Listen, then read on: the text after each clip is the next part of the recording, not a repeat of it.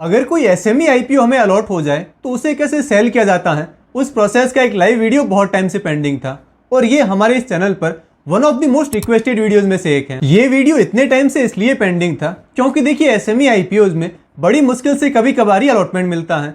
अब जब अलॉटमेंट ही नहीं मिल रहा तो लाइव वीडियो बनाए किसका। लेकिन फाइनली अभी 3-4 दिन पहले मुझे लक्ष्य पावरटेक का एसएमई आईपीओ अलॉट हुआ था, जिसे मैंने लिस्टिंग वाले दिन ओपनिंग प्राइस पर ही सेल कर दिया और उस प्रोसेस को लाइव रिकॉर्ड भी कर लिया है। क्योंकि एसएमई आईपीओज में लोगों को डाउट्स बहुत होते हैं। पहला तो यही है कि इसमें किसी को अलॉटमेंट ही नहीं मिलता और अगर मिल जाए तो शेयर सेल नहीं होते क्योंकि लिक्विडिटी ही नहीं होती है और एसएमई आईपीओज में प्री ओपन ट्रेड्स अलाउड नहीं होते।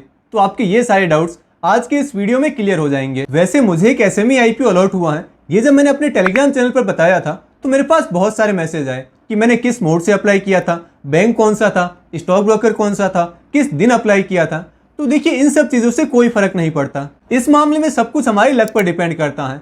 मुझे भी बस 2 बार ही एसएमई आईपीओ अलॉट हुए हैं और अपने खुद के अकाउंट में तो ये पहला अलॉटमेंट है। आप चाहे नेट बैंकिंग से अप्लाई करें या किसी यूपीआई ऐप से, आईपीओ के पहले दिन अप्लाई करें या आखिरी दिन, अलॉटमेंट मिलने या ना मिलने के चांसेस एकदम बराबर रहेंगे। हाँ, बस ये है कि हम जितनी ज्यादा एप्लीकेशंस लगाएंगे हमारे अलॉटमेंट के चांसेस उतने ही ज्यादा होंगे। इसके अलावा अपने एंड से हम कुछ भी नहीं कर सकते सिवाय प्रे करने के। वैसे आप कितने टाइम से एसएमई आईपीओ में अप्लाई कर रहे हैं और क्या आपको कभी कोई एसएमई आईपीओ अलॉट हुआ है, ये नीचे कमेंट बॉक्स में जरूर बता दें। तो चलिए फिर मुझे ये जो एसएमई आईपीओ अलॉट हुआ था इसे मैंने कब, कैसे और किस प्राइस पर सेल किया है, अब आप वो प्रोसेस देख लीजिए।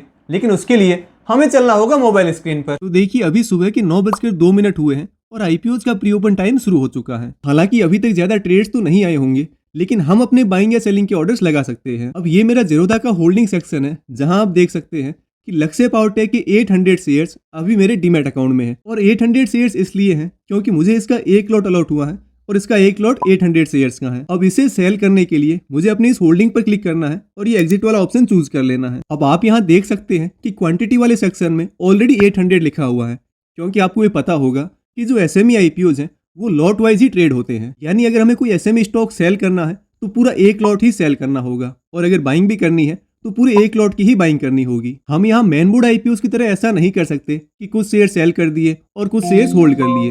अगर हमें सेल करना है तो पूरा एक लॉट ही सेल करना होगा और सेम यही कंडीशन बाइंग में भी है। अब देखिए प्री ओपन टाइम में आईपीओ शेयर सेल करने के मैंने ऑलरेडी काफी वीडियोस बना रखे हैं, लेकिन एसएमई आईपीओ का ये पहला वीडियो है। लेकिन जो कॉन्सेप्ट है वो चाहे मेन बोर्ड आईपीओ या फिर एसएमई आईपीओ, दोनों में सेम ही है। यानी अगर आपको शॉर्ट अपने शेयर सेल करने ही है तो आप इसकी लोअर सर्किट वाली प्राइस पर या फिर आप चाहें तो आईपीओ की इश्यू प्राइस पर अपना सेल ऑर्डर लगा सकते हैं।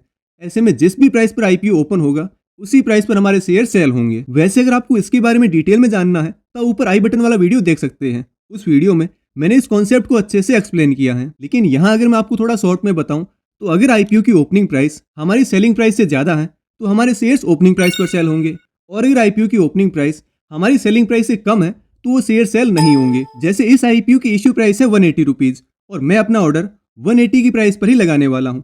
तो यहाँ होगा क्या कि अगर ये आईपीओ 180 या उससे ज्यादा की प्राइस पर ओपन हुआ तो मेरे शेयर्स उस ओपनिंग प्राइस पर ही सेल होंगे। लेकिन अगर लक्ष्य पावरटेक की लिस्टिंग 180 से नीचे हुई तो मेरे शेयर सेल नहीं होंगे। यानी मैंने अपने डाउनसाइड रिस्क को भी मिनिमाइज कर लिया है और जिस भी प्राइस पर इस आईपीओ की लिस्टिंग होगी उस प्राइस पर मेरा प्रॉफिट भी बुक हो जाएगा। वैसे मैं आपको बता दूं कि इसकी जीएमपी अभी 95% के आसपास है, तो ये तो ऑलमोस्ट श्योर है कि इसकी लिस्टिंग 180 रुपीज से तो ऊपर ही होगी। लेकिन क्योंकि एसएमई आईपीओ की लिस्टिंग हाईएस्ट 90% के प्रीमियम पर ही हो सकती है, तो अगर इसकी लिस्टिंग 90% या उससे थोड़ी बहुत कम भी हो तो भी मुझे अपने ये शेयर्स होल्ड नहीं करने हैं, इन्हें उसी प्राइस पर सेल करना है। इसलिए मैं इश्यू प्राइस पर ही अपना सेलिंग ऑर्डर लगा रहा हूँ, क्योंकि एसएमई स्टॉक्स में लिक्विडिटी की बहुत प्रॉब्लम होती है। इनमें जो हाईएस्ट लिक्विडिटी है वो लिस्टिंग वाले दिन ही होती है। उसके बाद तो हो सकता है कि ये स्टॉक्स अपर सर्किट या लोअर सर्किट में ही ट्रेड करें और वो रिस्क मुझे इस कंपनी में नहीं लेना है। तो मैं ये 180 की प्राइस पर अपना सेल ऑर्डर लगा देता हूँ। तो अब आप देख सकते हैं कि ओपन ऑर्डर्स में लक्ष्य पावरटेक की 800 शेयर्स का सेल ऑर्डर 180 की प्राइस पर लगा हुआ है। लेकिन क्योंकि इसकी लिस्टिंग 9:35 से 9:45 के बीच में होगी तो अब हमें कुछ भी नहीं करना है। वैसे हम चाहें तो इस बीच में इसके प्री ओपन टाइम को ट्रैक कर सकते हैं, जिसका लिंक मैंने अपने टेलीग्राम चैनल पर प्रोवाइड करवा दिया था। और ये हर एक आईपीओ का रूटीन है। तो आईपीओज के ग्रे मार्केट प्रीमियम, उनकी बाकी सब अपडेट्स और प्री ओपन टाइम के लिंक्स के लिए आप मेरा टेलीग्राम चैनल जरूर ज्वाइन कर लें। इसका लिंक नीचे डिस्क्रिप्शन बॉक्स में दिया हुआ है। अब देखिए हमें इस एनएससी वाले लिंक पर क्लिक करना है। अब एनएससी की ऑफिशियल साइट हमारे सामने ओपन हो चुकी है, जहां अगर आप थोड़ा स्क्रॉल करोगे तो लक्ष्य पावरटेक का ऑप्शन आपको मिल जाएगा। आप चाहे तो यहाँ भी इसे स्क्रॉल करके देख सकते हैं, वरना फिर इस पर क्लिक करके हमें डिटेल में इसके ट्रेड्स देखने को मिल जाएंगे, जिसके लिए आपको अगेन थोड़ा स्क्रॉल डाउन करना है। तो आप यहाँ देख सकते हैं कि ये इसकी बाइंग ऑर्डर्स हैं और ये सेलिंग ऑर्डर्स हैं, और उसके अकॉर्डिंग अभी इस आईपीओ की जो ओपनिंग प्राइस है वो 342 रुपीज के आसपास है। तो जैसा मैंने आपको पहले बताया था, अगर इसकी जीएमपी के अकॉर्डिंग ही कंपनी की लिस्टिंग होती है तो इसकी लिस्टिंग प्राइस 342 रुपीज ही होगी।